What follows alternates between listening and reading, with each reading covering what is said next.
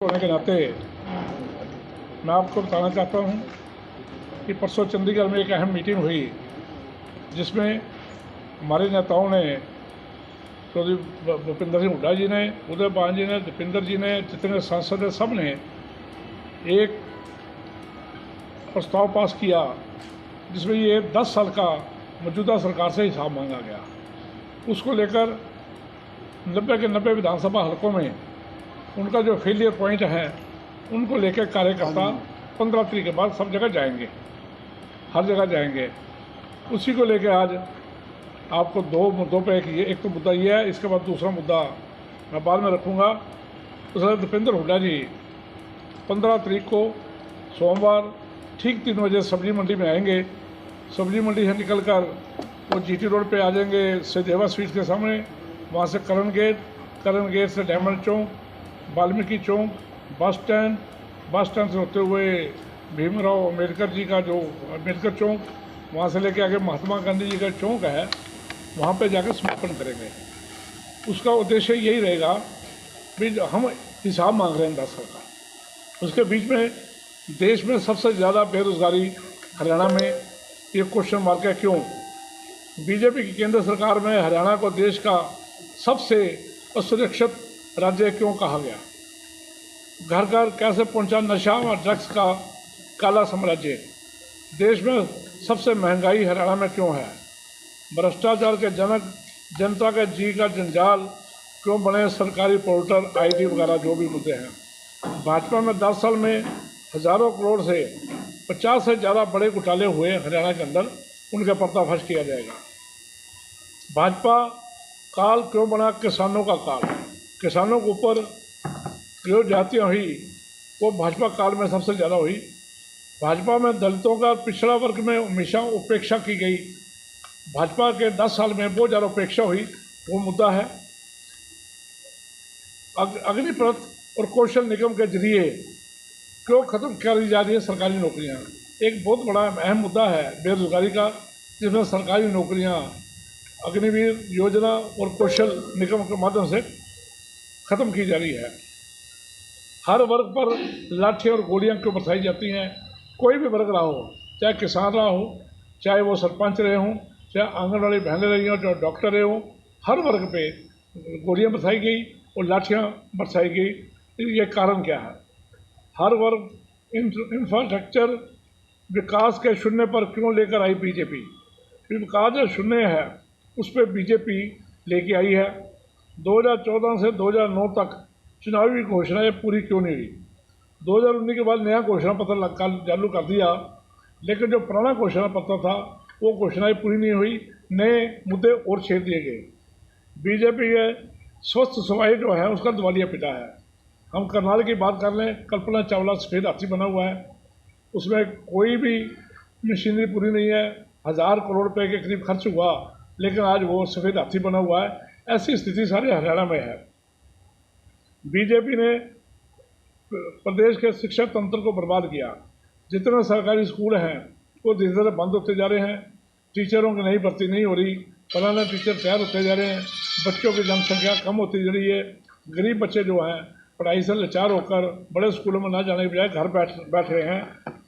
BJP ने देश के सबसे विकसित अर्थव्यवस्था को चौपट क्यों किया। हरियाणा के अंदर सबसे बड़ी जो व्यवस्था थी वो चौपट हो चुकी है। एक ये जो उस दिन प्रस्ताव पास हुआ उसकी कापी आपको दिखा रहे हैं। इन्हीं मुद्दों को लेकर भाई दीपेंद्र सिंह हुड्डा पहुंच रहे हैं करनाल 15 तारीख को। हम प्रेस को विधिवत तौर पर एक लेटर और जारी करेंगे। 3 बजे उनका टाइम है, सब्जी मंडी से हम एकत्रित होंगे।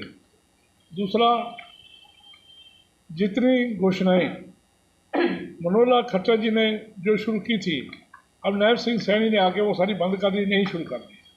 क्या ये लोगों के बहकाने का मुद्दा है या मनोहर लाल खट्टर जी द्वारा जो योजनाएं थी उनको फेलियर माना नायब सिंह सैनी ने। तीसरा, कुछ दिन बड़े इकट्ठे आते रहे, अब अलग अलग हो रहे हैं। इससे साफ जाहिर है कि कहीं ना कहीं या मनोहर लाल जी का फेलियर है, नायब सिंह सैनी उनके साथ नहीं चलना चाहते, या नायब सिंह सैनी का फेलियर है, मनोहर लाल जी उनके साथ नहीं चलना चाहते। भले ही किसी पेपर में ये लिख दिया हो नैब सिंह सैनी करनाल से लड़ेंगे, लेकिन हम चैलेंज करते हैं करनाल से नहीं लड़ना चाहते।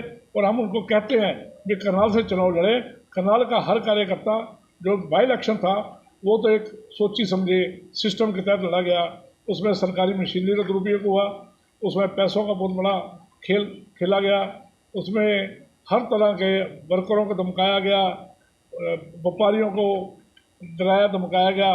तो 3 महीने का हवाला देकर 3 महीने के लिए सारा काम है, क्यों कांग्रेस के साथ लगते हो, ये सारे उच्छेद करने अपनाने के बाद वो जीत पाए हैं। अगला चुनाव हम नैब सिंह सैनी को चैलेंज करते हैं, वो करनाल से लड़के दिखाएं। वो भागना चाहते हैं करनाल के लोग, उनको भागने नहीं देना चाहिए, यहीं से हरा के वापस भेजना चाहते हैं। अब सबको विधिवत तौर पर 15 तारीख के लिए बुला लिया जाएगा और 15 तारीख को आगे ये कवर करें। ये बड़े मुद्दे हैं, इसके ऊपर कोई बात करना चाहते हैं करें। मेरे सभी साथी रानी कमोज, पराग गाबा, अशोक राणा जी, मैं सुहेल, पप्पी जी, मनिंदर जी, ललित अरोड़ा जी जो हमारे प्रवक्ता भी हैं, रोज जोशी जी, प्रेम जी, उनसे लेटर पीछे बैठे हैं।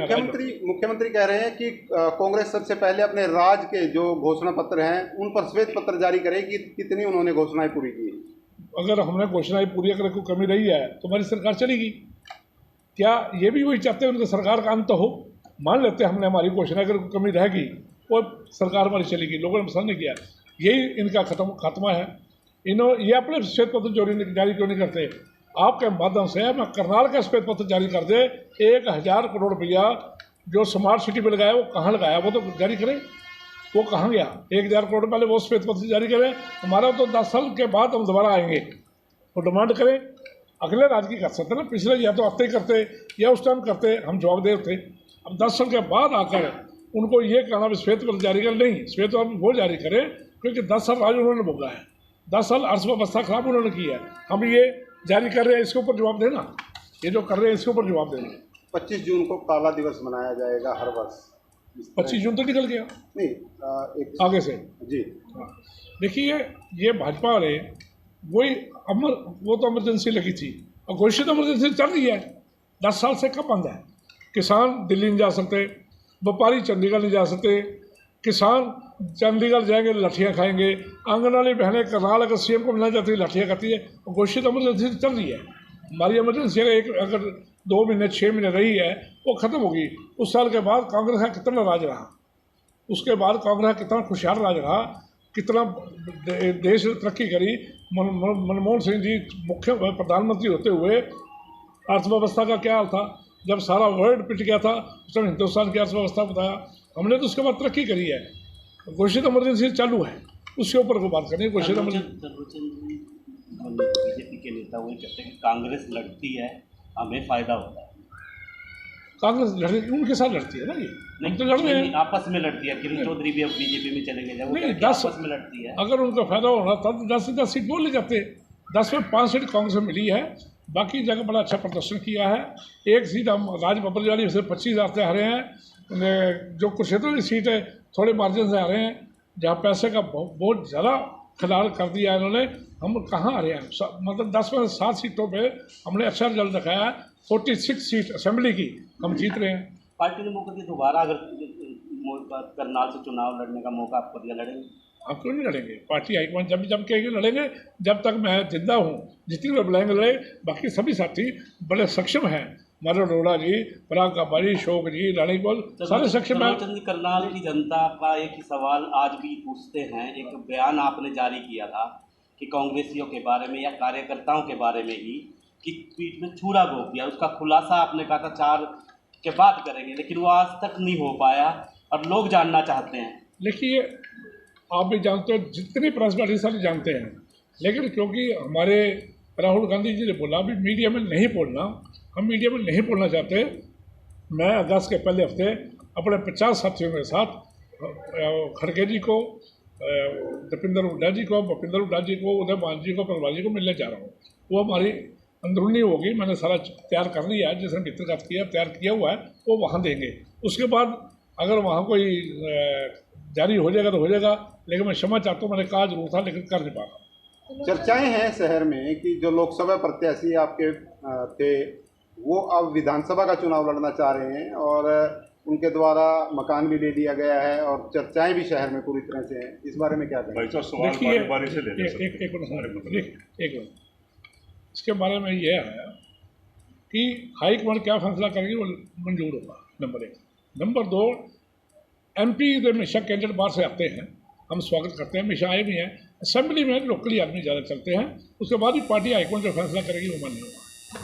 सर इस बार आपके सामने जो है इनेलो और बसपा एक साथ आएगी अगर आप चुनाव लड़ते हैं, कैसे देखते हैं? डायरेक्ट फाइट अब कांग्रेस और बीजेपी में होगी, डायरेक्ट फाइट होगी।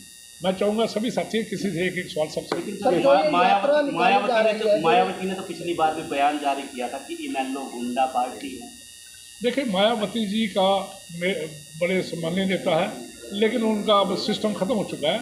वो अब राजनीति में शून्य पे जा चुकी हैं, इसलिए वो किसी से समझौता करे कांग्रेस को फर्क नहीं पड़ता। कोरोना की अभियान निकाला जा रहा है, कांग्रेस पार्टी का नेता साथ दिखाई दे। दीपेंद्र हुड्डा जी होंगे, उनके साथ कौन आएगा वो बता देगा। किस लिए ये यात्रा निकाली जा रही है, क्या जो उन्होंने वादे करके आए थे, जो उन्होंने यहाँ पे लोगों को भगाया था उस समय, उन्होंने कुछ भी पूरा नहीं किया।